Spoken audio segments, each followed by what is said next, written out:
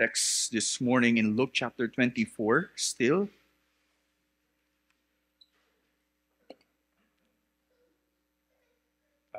Verses 38 po ba? 36. So Luke 24:36. Okay, sige po. 36 hanggang 43. Luke 24:36 to 43. So church, hear the word of the Lord.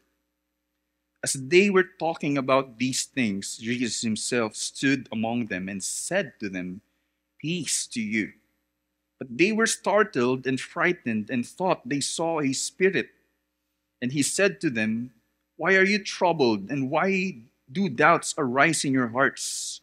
See my hands and my feet, that it is I myself.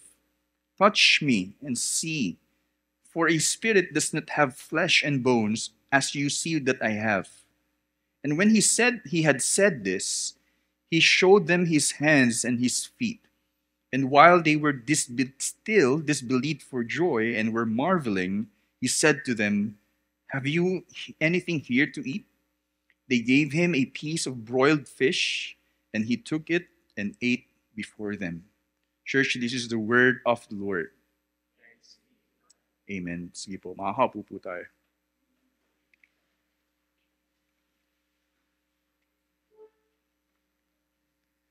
Ayon po sa Princeton theologian na si Gerhardus Voss, sabi po niya rito, Jesus treats the scriptures as a rule of faith. His gravest charge against the Pharisaic tradition mongering is that for the sake of tradition, it neglects the commandment of God. To the Sadducees, he declares that their denial of the resurrection springs from not knowing the scriptures. I like this part nung nabasa ko po ito. Actually, this is my reading sa book po niyang Biblical Theology.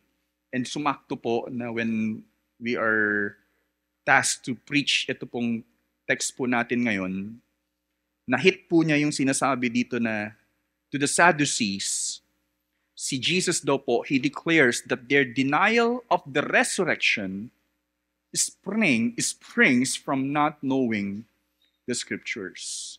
Ang actually sinasabi po niya dito, yung patungkol sa revelation daw po ng revelation ng Diyos, kung paano po yun inuunawa ni Jesus. Para po kay Jesus, yung scripture, which is during the time of Jesus, the scripture is the Hebrew Bible, the Old Testament.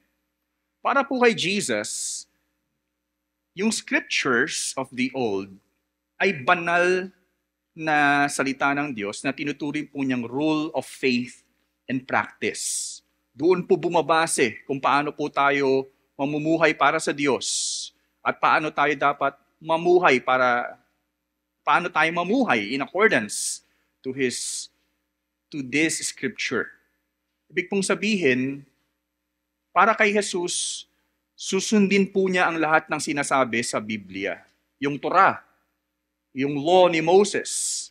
Sabi niya, he came not to abolish the law but to fulfill it.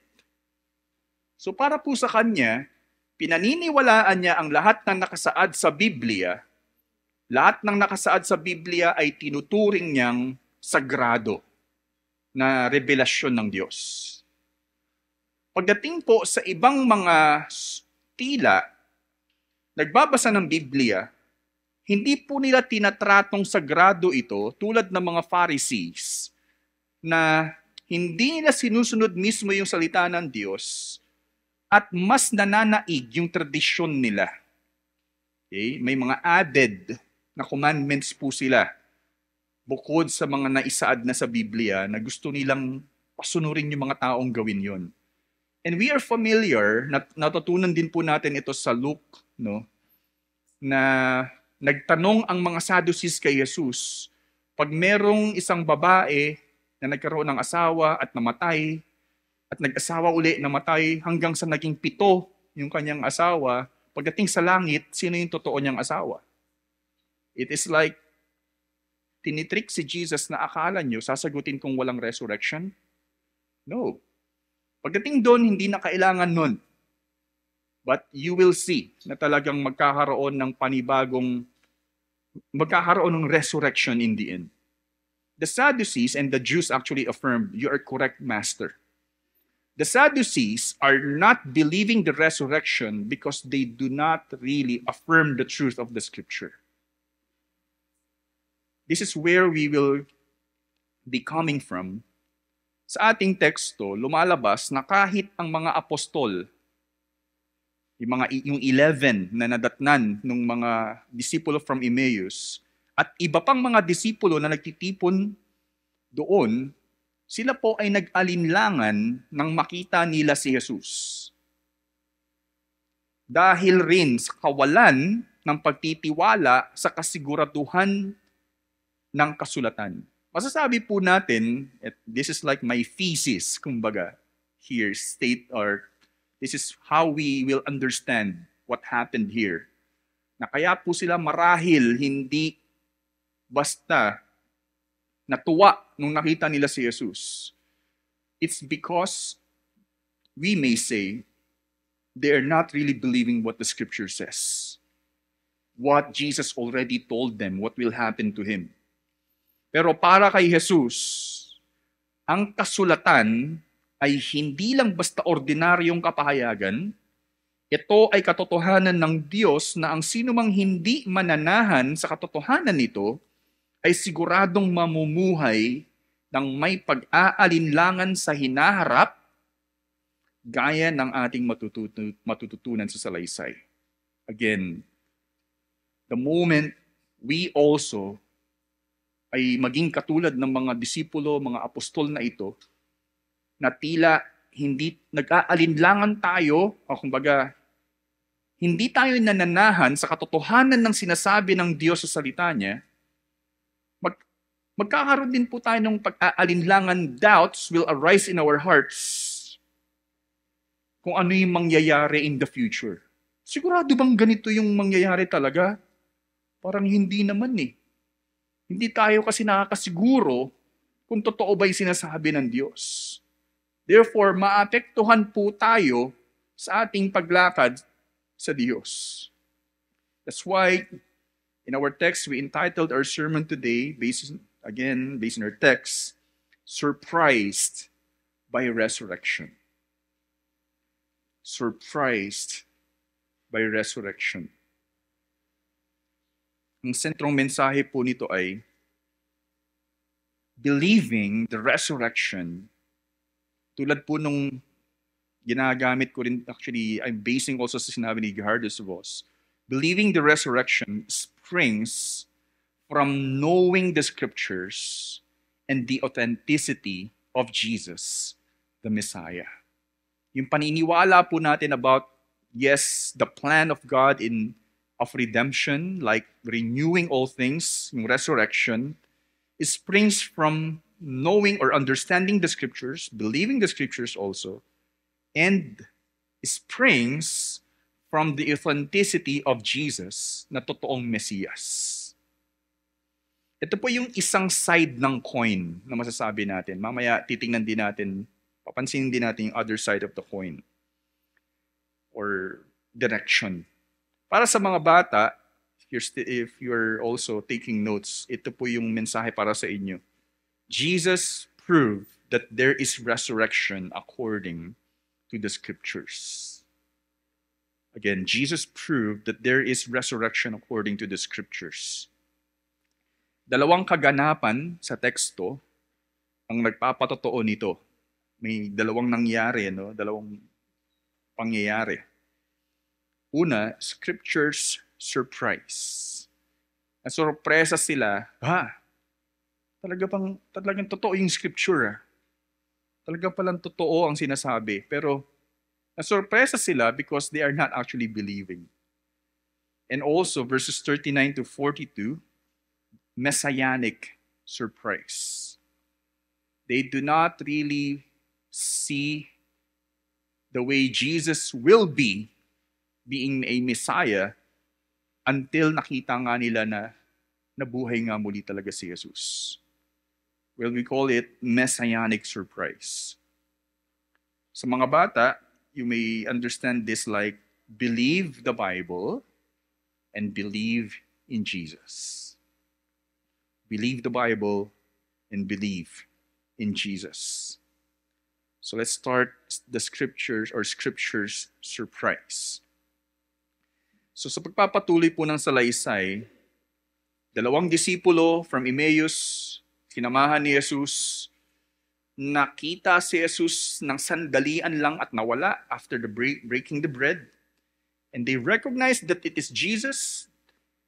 They also admitted that their hearts were burning. While Jesus talked to them the scriptures on the road, they went back. Binalita nga po nila na si Jesus ay tunay na buhay.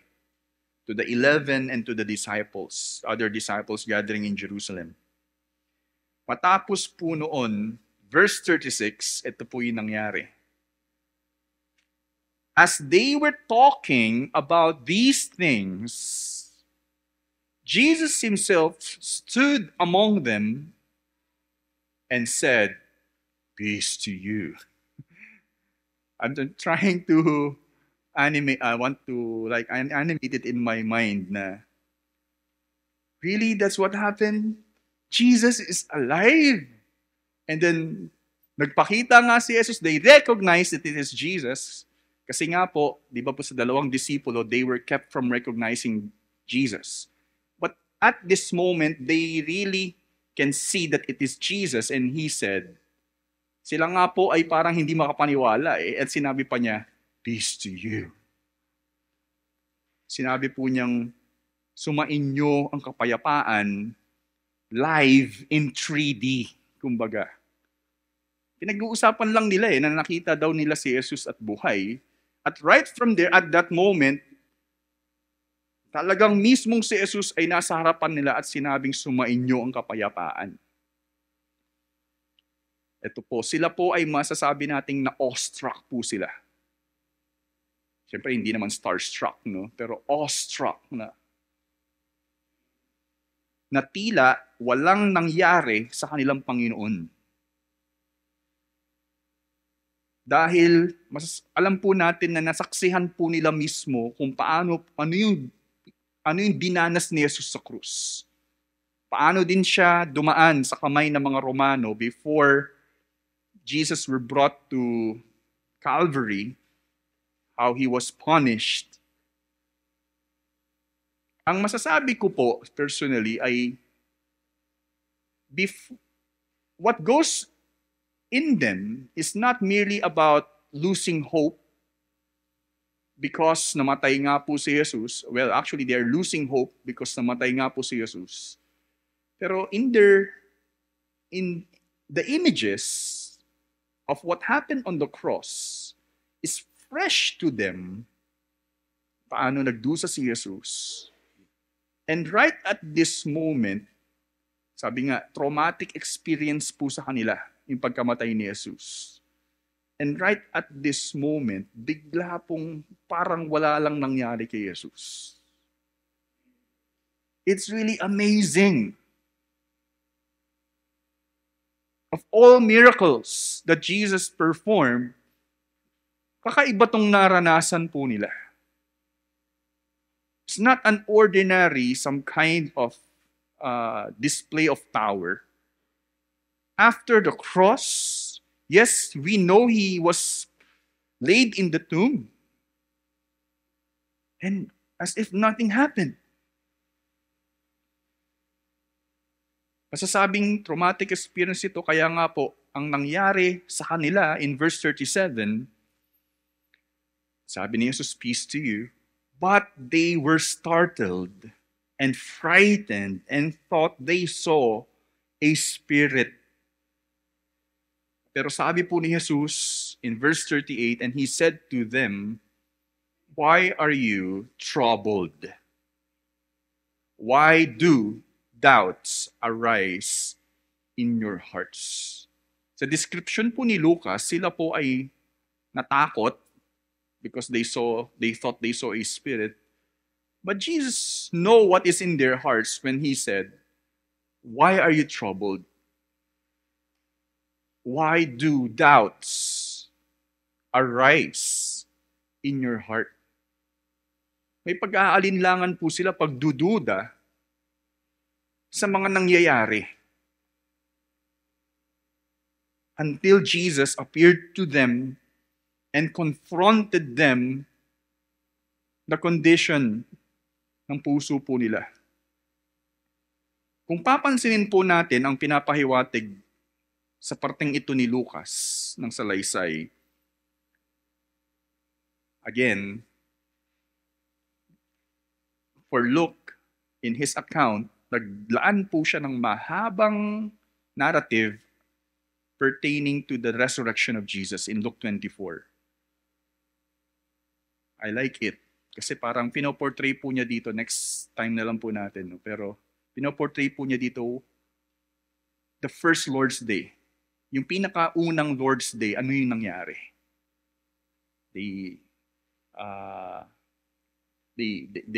They're looking for Jesus. Jesus resurrected in the first Lord's Day for sure. Jesus taught them the scriptures. Jesus had a meal with them, breaking the bread, and they're fellowshipping with one another until night. This is the first Lord's Day, right? Ever, of course. Pero dito, sa salaysay ni Lucas, pansinin po natin yung ina-address sa chapter 24, patuloy sa puso ng mga disipulo. Hindi lang basta takot o pagkagulat sa pagkabuhay muli ni Jesus ang pinupunto ng tanong sa kanila ni Jesus. Pinaaalala, kumbaga, sa verse 5, tingnan niyo po yung verse 5, the angels to the women, sabi pa nga, "Why do you seek the living among the dead?"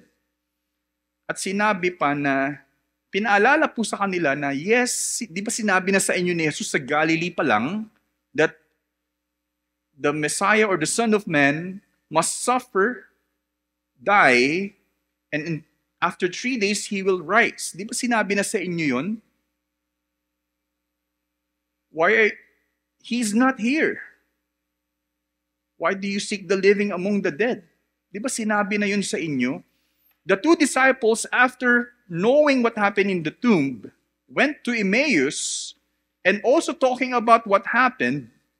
And Jesus asked them, ano ba yung pinag-uusapan nyo? Ikaw lang ba hindi nakakaalam? Anong sinabi ni Jesus? Sabi sa verse 25 to 26, "O foolish ones and slow of heart to believe all that the prophets have spoken. Was it not necessary that the Christ should suffer these things and enter His glory?" And what did He do? Tinuro po niya sa buong kasulatan na lahat ng ito ay pinatutunguhan nito ay ako. Ano po yung masasabi po nating sorpresa talaga nila rito? Ano nga ba ang naging sorpresa sa kanila? Lumalabas po na kahit sa sandaling iyon na nagpakita si Jesus, hindi pa rin po sila makapaniwala sa katotohanan ng kasulatan. Nakuha po natin yun. Still, they are troubled and frightened because they cannot reconcile what the scriptures are really saying. They were humbled in a way na totoo ang scripture when Jesus appeared to them physically.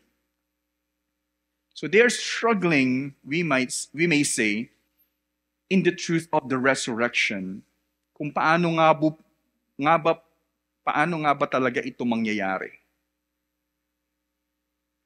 Gaya ng mga Sadducee na hindi naniniwala sa pagkabuhay muli, they do not believe in resurrection. Sabi nga po kanina ni Gerhardus Voss, ang dahilan ay hindi sila tunay na nananampalataya sa kapahayagan ng salita ng Diyos. There is indeed a serious issue kapag tayo po ay hindi talaga nananampalataya sa salita ng Diyos. Sa Diyos mismo, of course, pero sa kanyang mga sinasabi. Ngunit binasag ni Jesus ang kahangalan, the foolishness, ninuman na hindi sumasampalataya sa katotohanan ng kasulatan, nang surpresahin niya ang mga ito ng harap-harapan. You do not believe the scriptures? Here I am. You know na ako ay talagang namatay, pero ito ako ngayon. Theologically, when we are singing kanina yung Come Behold the Wondrous Mystery, what a foretaste of deliverance, how unwavering our hope. Christ in power resurrected, so we will be when He comes. Marahil po, hindi po natin ma-reconcile din kung ano ba talaga yung mangyayari sa plano ng Diyos sa mundong ito. Alam po natin na kaya tayo nagdurusa, it's because of the curse of sin. Na yun po ang dahilan kung bakit po ganito ang mundo natin ngayon. Bakit ganito rin ang buhay ko? It's because of the corruption that is in me that continues to lead me to death and destruction. If no one will save me, kaawa-awa po akong kaluluwa. Sa totoo lang, kaawa-awa po akong nilalang. But Jesus came as the Messiah, apparently to destroy death by dying on the cross. And He triumphed over it when He resurrected.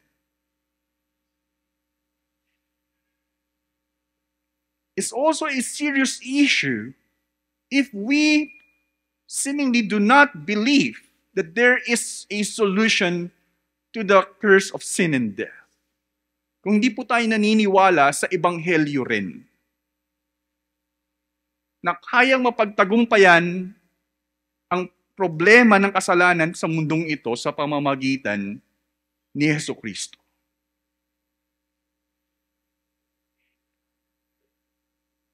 Bakit sila natigilan? Bakit sila nag-aalinlangan? Gaya po ng mga apostol at mga disipulo sa mga sandaling iyon, marahil ikaw rin ay nag-aalinlangan sa kasiguraduhan ng mga pangako at plano ng Diyos sa kasulatan. The issue of unbelief.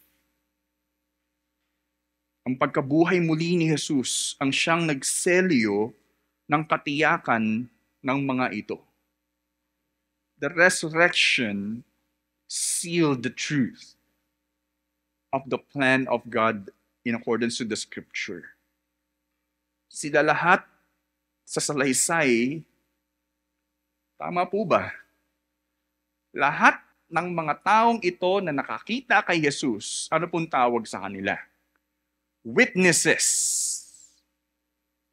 Eyewitnesses that Jesus is truly alive.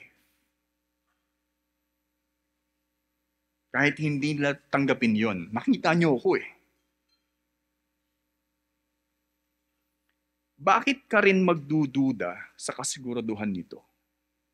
The point is, if there is truly an evidence based on this account na may nakakita na si Jesus ay totoong nabuhay muli. At later on, ipaparamdam pa niya, hihingi pa siya ng pagkain na tila normal lang ang nangyayari muli.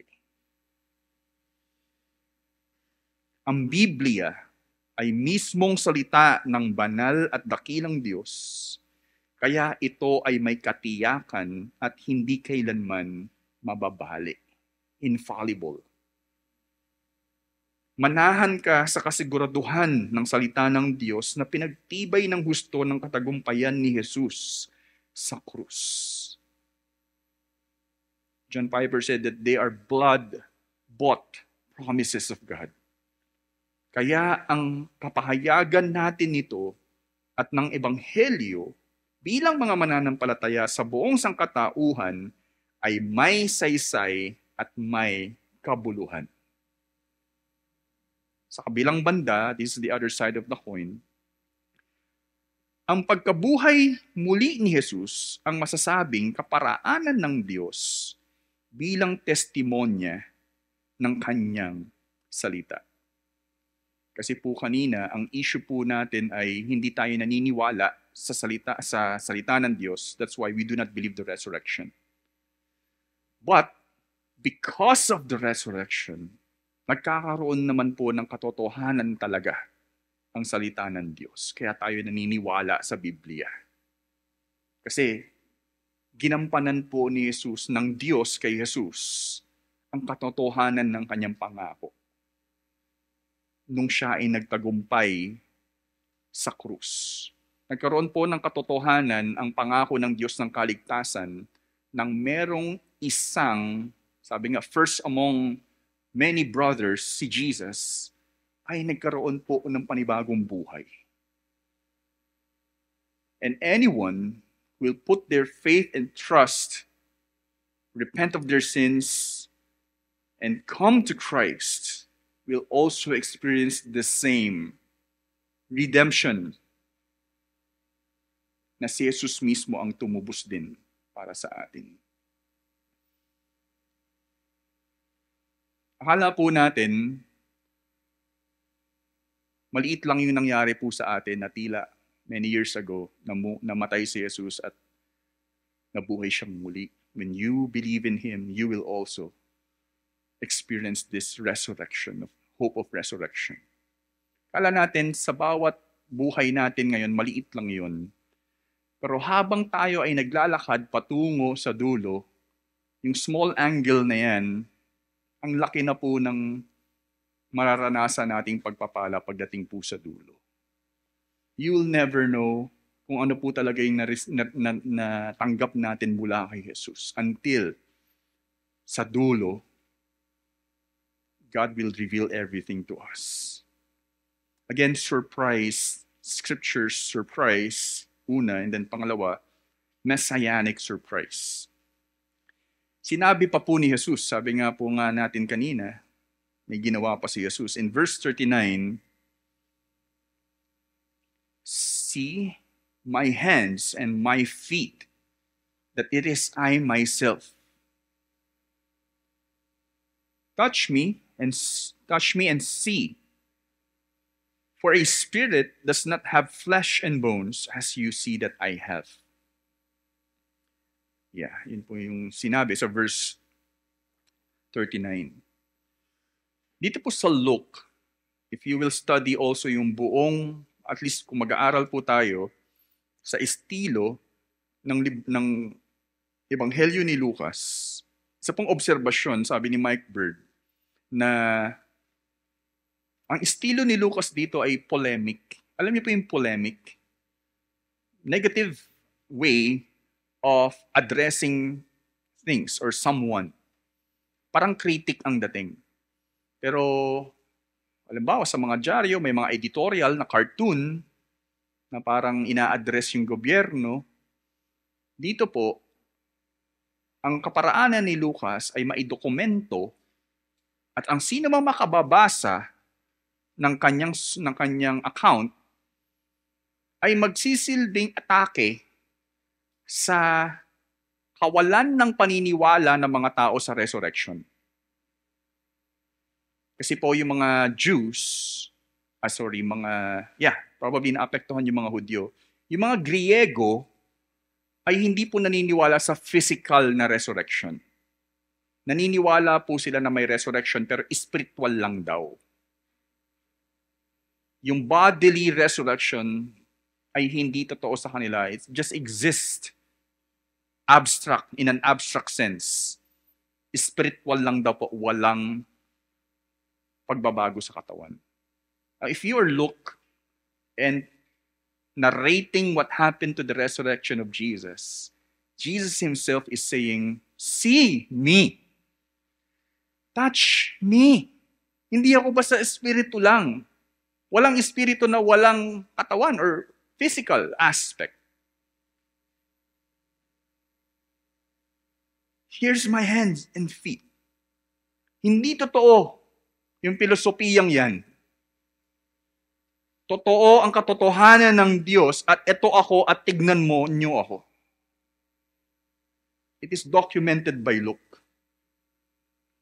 Kahit nga po si Pablo, sa 1 Corinthians 15, the famous text about the resurrection ni Paul, 35 to 49, binigyang linaw rin po ni Pablo yung bodily resurrection. Kaya pinapahayag rito ni Jesus mismo ang katotohanan at realidad ng resurrection. It is not just a concept of renewing things, pero literally, physically, magkakaroon ng pagbabago. Gaya ni Jesus. Saad po sa verse 40 to 43. And when he had said this, he showed them his hands and his feet. And while they still disbelieved for joy and were marveling, he said to them, "Have you anything here to eat?" And they gave him a piece of broiled fish and took it and ate before them. Wala pong tinatawag na spirito na kakailanganin ng pagkain at paano niya kakainin yun. Jesus is really proving here that I have really resurrected. I indeed has risen from the dead. Binigyang pruweba ng husto rito sa salaysay ang kapahayagan ng katotohanan po ng resurrection or pagkabuhay muli. Pinakita ni Jesus ang kanyang pisikal na anyo at patuloy na operasyon ng pangangailangan ng pagkain. Normal po siyang tao na nangangailangan ng pagkain, like ang tao ay hindi lang espiritu. We're composed at least of two, spirit and body. Wala pong tao na pwedeng mamuhay lang na espiritu.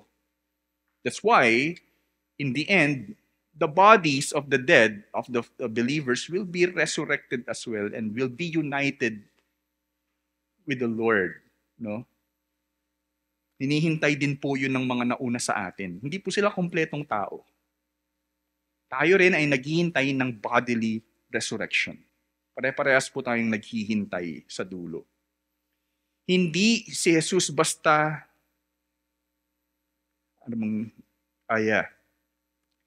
hindi basta pinahayag ng mga anghel at nakitang buhay sa pamamagitan ng kasulatan o ang sakramento ng banal na hapunan. What I'm trying to say here is, in the event nung nakita po ng mga women yung angel, hindi po sinasabi ng mga anghel, siya ay buhay. Paniwalaan nyo lang. Maniwala kayo based on the scripture, siya ay nabuhay muli. At si Jesus, nagturo ng scripture sa two disciples in Emmaus at nag-break ng bread, nakita nila through the means of the scripture. Tayo po, sa totoo lang, ay hindi lang dapat makontento na that we are seeing Jesus right now in this way. There will be a day that we will really see Jesus face to face.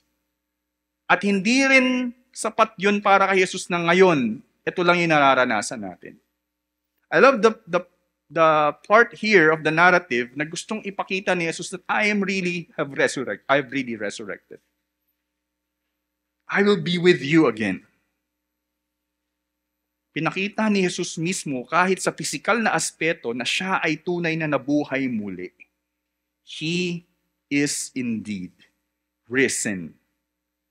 Pinahayag rito ni Jesus ang katotohanan ng kanyang pagiging Mesiyas laban sa sinumang inaasahang magbabago ng mundo.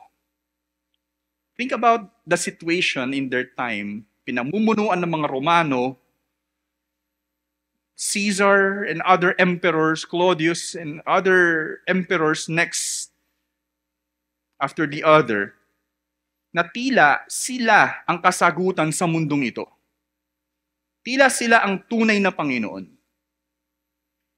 Pero sino ang tunay na Panginoon ngayon? Na talagang nagpamalas ng kasagutan sa sumpa ng kasalanan sa mundong ito. Pinapahayag rito ni Lucas kay Jesus na ang Mesiyas, ang realidad ng mangyayari sa mundo sa hinaharap at hindi sinuman o anumang kapangyarihan. The answer is not our president right now, the prime minister of the other country, who will change everything in this world. The true Lord who owns the universe, that we may say, is Jesus, and everything is, kumbaga, nagpo-proceed, nagpapatuloy tungo doon sa dakilang plano na yon. At siya ang realidad ng mangyayari sa hinaharap. Siya ang tunay na Mesiyas. Bagamat ang mundo ay tila unting-unting nasisira, ang katotohanan ay ganap na magbabago ito mula nang mabuhay muli si Jesus. Simula po nung nabuhay muli si Jesus, sabi nga po, na-establish yung kingdom of God. And the kingdom of God is continuously going on its way, actually nag-i-spread until everything will be renewed when Jesus will return. Si Jesus ay ang tunay na hari ng sanlibutan at ang kanyang kaharian ang patuloy na nagtatagumpay. This is actually the essence of His resurrection for us believers today. Even after the ascension of Jesus, kung paano nagpatuloy yung simbahan. Makakaasa kang buhay ang iyong pag-asa sa Ebanghelyo at kay Jesus. Mamuhay ka at humayo sa katotohanan nito ayon sa kasiguraduhan ng salita ng Diyos.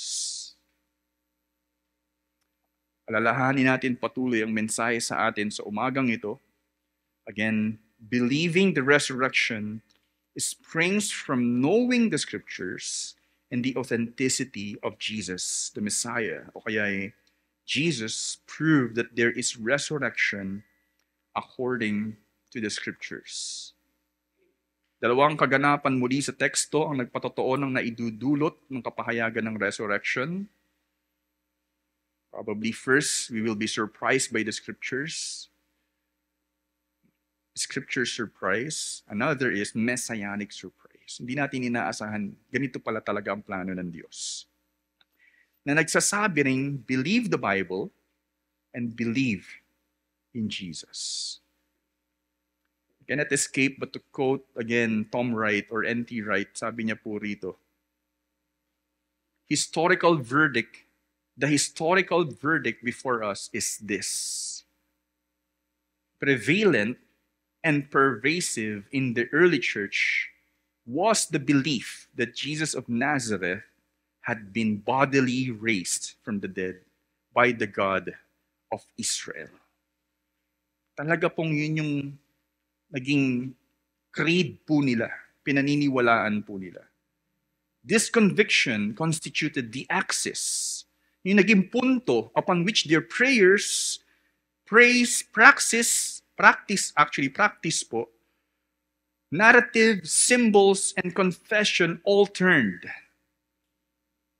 It was the basis of their recognition of Jesus as Messiah and Lord. Their insistence that the Creator God had inaugurated and the long-awaited new age, and above all it, provided the pledge for their own hope in Jesus' return, the resurrection of all believers, and God putting all things to right. Ang salita ng Diyos ay buhay at patuloy na nagpapatibay sa atin, sa kapahayagan man natin ito sa salita o kaya'y sa sakramento. Napagtibay ito ng husto ng pagkabuhay muli ni Jesus, yung salita po ng Diyos. Anuman ang mangyari sa iyo, patuloy kang mamuhay sa matibay na pundasyon ng Ebanghelyo. Nais ni Jesus na ipadama sa iyo na siya ay buhay. Totoo po iyon. Marami pong mga taga-ibang bansa na sa kanilang panalangin, kung kayo ay totoo, paramdam niyo o Diyos. Pakita niyo na kayo ay totoo. By the grace of God, nababalidate po nila na totoo nga ang Diyos. Siya ay nagnanais na ikaw ay makisalo lagi sa tuwing siya ay nasa ating kalagitnaan bilang kanyang kawan. Nais ng Diyos na makasama kanya ni Jesus every time we gather as a church. Manalig ka patuloy na siya ay buhay at totoo ang kanyang salita. Yes, this is just the part 1 of our Resurrection Sunday. Apparently, hindi nagpo-fall yung message natin. Gusto ko sanang isakto sa Resurrection Sunday. So next week will be our Passion Sunday, focusing on the life of Jesus on the road to Calvary. And there is a Resurrection Sunday, focusing on the sermon on the resurrection. Pero pag-uusapan po natin yung resurrection based on the mission of the church. Yun po sa I think 2 Corinthians. Tayo po yung manalangin at ihanda po natin ang sarili natin sa pagsasalo-salo ng banal na hapunan.